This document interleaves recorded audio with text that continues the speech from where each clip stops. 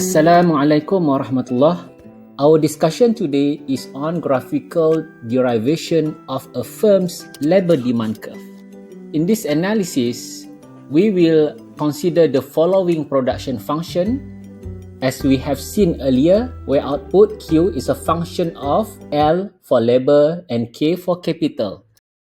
Here we want to understand a firm's combination mix of inputs using the isoquant and also the isocost, or your textbook use the term isoexpenditure curves. Let's consider this diagram. The vertical axis measures the capital level and the horizontal axis measures the level of labor inputs. This curve is known as the isoquant. All points along this isoquant refers to the same quantity of output produced by the firms with different combination mix of the input. For example, if you take point A, at point A, this firm is using KA level of capital and hiring LA level of labor. And with those combinations of inputs, the firm is producing 100 level of outputs, as indicated here. The same also can still produce 100 level of outputs by having the combination mix of the inputs as indicated by point B and also at point C. If the firm want to increase its output to 150 level of outputs, these isoquants will indicate that level of outputs, and the firm may choose any points along this isoquants to produce 150 level of output. For example, given by point D. And as we get to the higher level of isoquants, that means the firm is producing more level of outputs. So here we want to see the slope of the isoquant. From the earlier understanding, if we want to move from one point to another point along the same isoquant, there will be no change in the level of output. So this expression here basically shows us how the firm is changing the level of capital. Change in K here indicates the change in the level of capital times the marginal product of capital. This term basically would tell us how much output will change as a result of changing the level of capital. Because here we have a negative sign, that means the firm is reducing the level of capital. And in doing that, the firm also is hiring more labor, where change in L here indicates the change in labor times the marginal product of labor. So this term basically would tell us how much output will change when we employ more labor. Going back to this diagram, we can imagine that, let's say the firm is moving from point A to point B. What happens here is the firm is changing the level of capital as indicated here. So this is the change in capital, and the firm is reducing the level of capital. And when the firm changed the combination of input mix from A to B, by reducing the capital, the firm now is hiring more workers. And this distance indicate the change in L. We are interested to know when the firm reduced its capital level, how much output has declined. To know that, we can use this calculation, change in capital times the marginal product of capital. So this term would tell us the decrease in output when the firm is reducing its level of capital. And when the firm now hiring more workers as indicated here, we can also find how much output has increased in that case. So it is given by change in labor times the marginal product of labor. So this is another term which will tell us the increase in output as the firm hires more worker. The combination of these two basically will give us no change in output because we are talking about the movement along the same isoquants. Therefore here, when we combine the two terms, this is the first term and this is the second term, the net effect of the two is equal to 0. And on this side, this is another way how we can re-express the same idea, but in a different form. But I want to focus only on the left side. You can try to think about the right side of these equations. The next thing is, we want to derive the slope of our isoquants.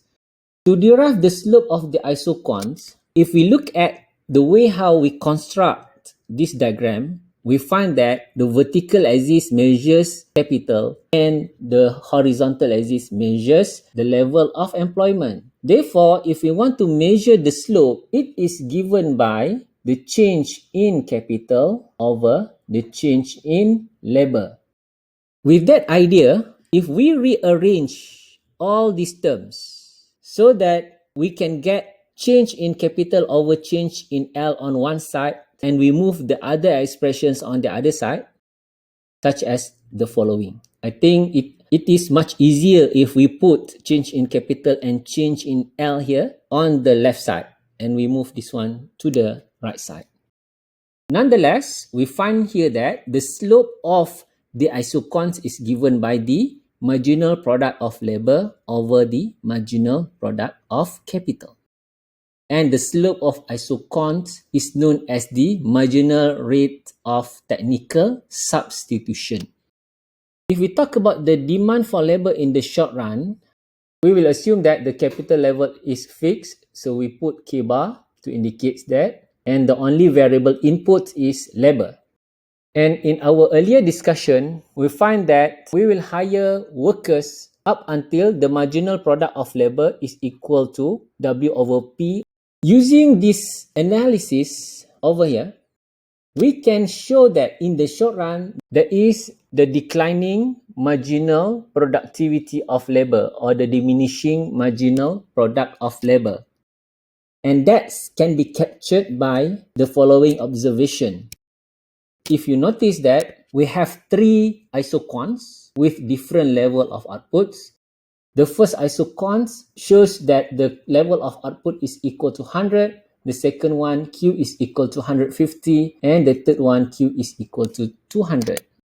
Because we are talking about the short run production function, so capital is held constant at KA over here.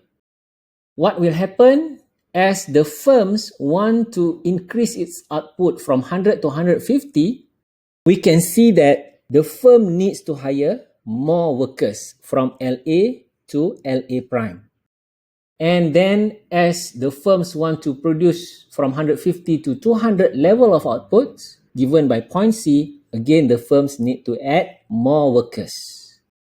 If you notice, the increment in outputs from A to B and to C is only by 50. A to B, the output increases by 50. B to C, the output increases by 50. However, to increase the output by 50, now the firms need to hire more workers as indicated by the distance between L prime and L double prime here, which is much bigger in terms of the gap as compared to from LA to LA prime. The gap here is much smaller.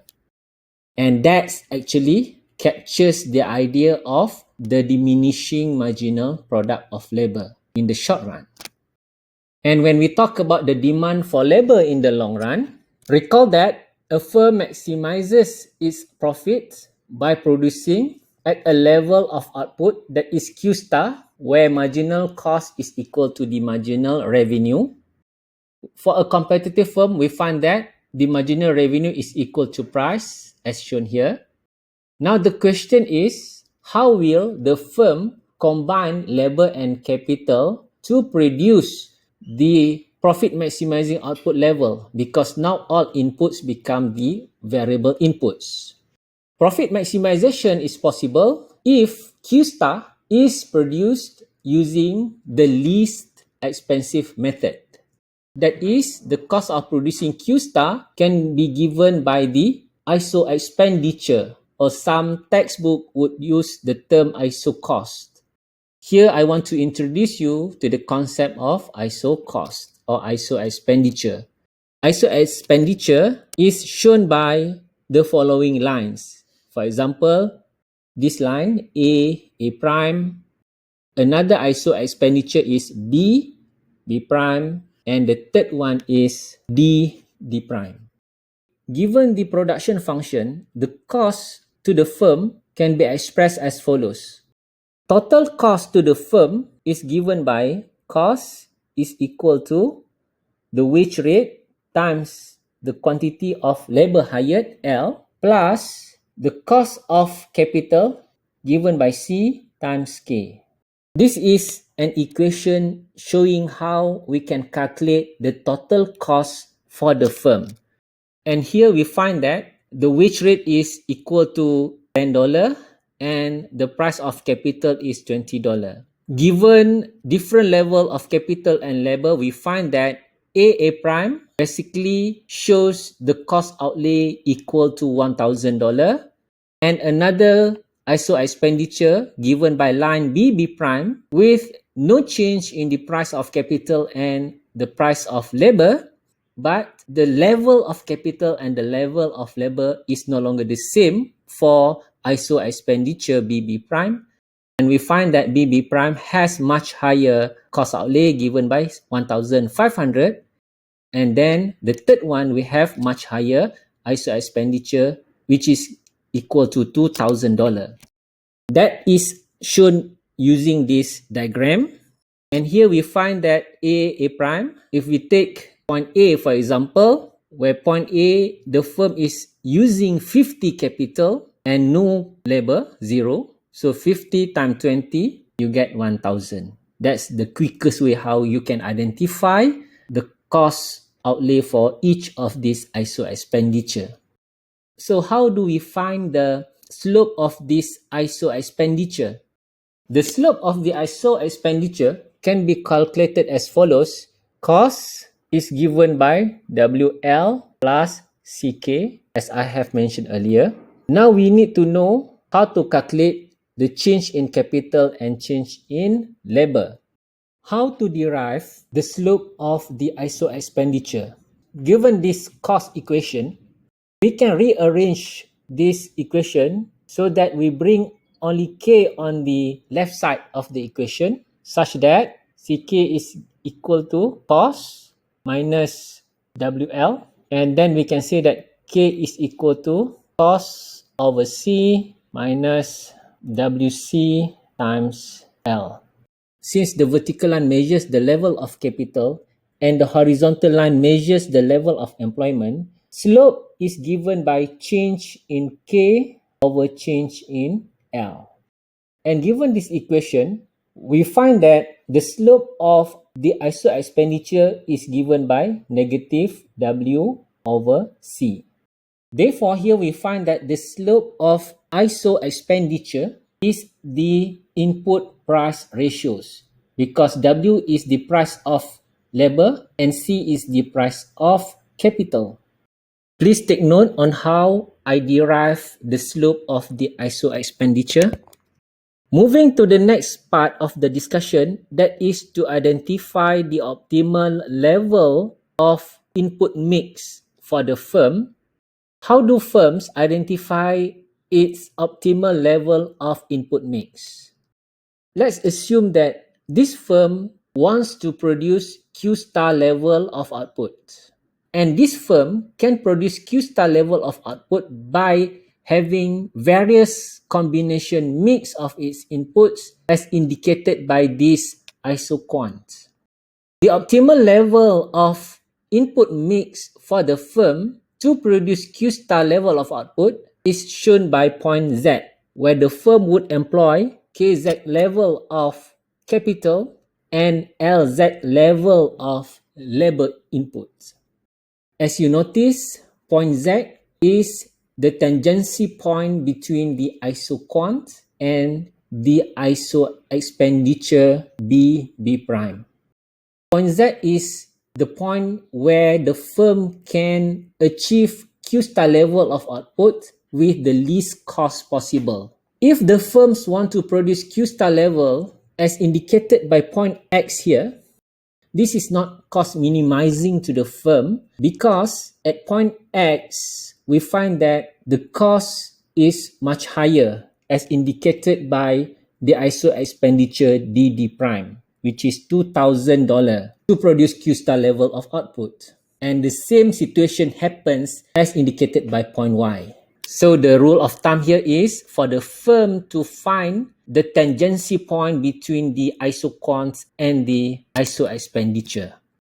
And that point actually can be identified as this position, where we find that the slope of the isoquants or the marginal rate of technical substitution, which is given by the MPL over MPK, should equal to the slope of the ISO expenditure, which is the input price ratio or W over C.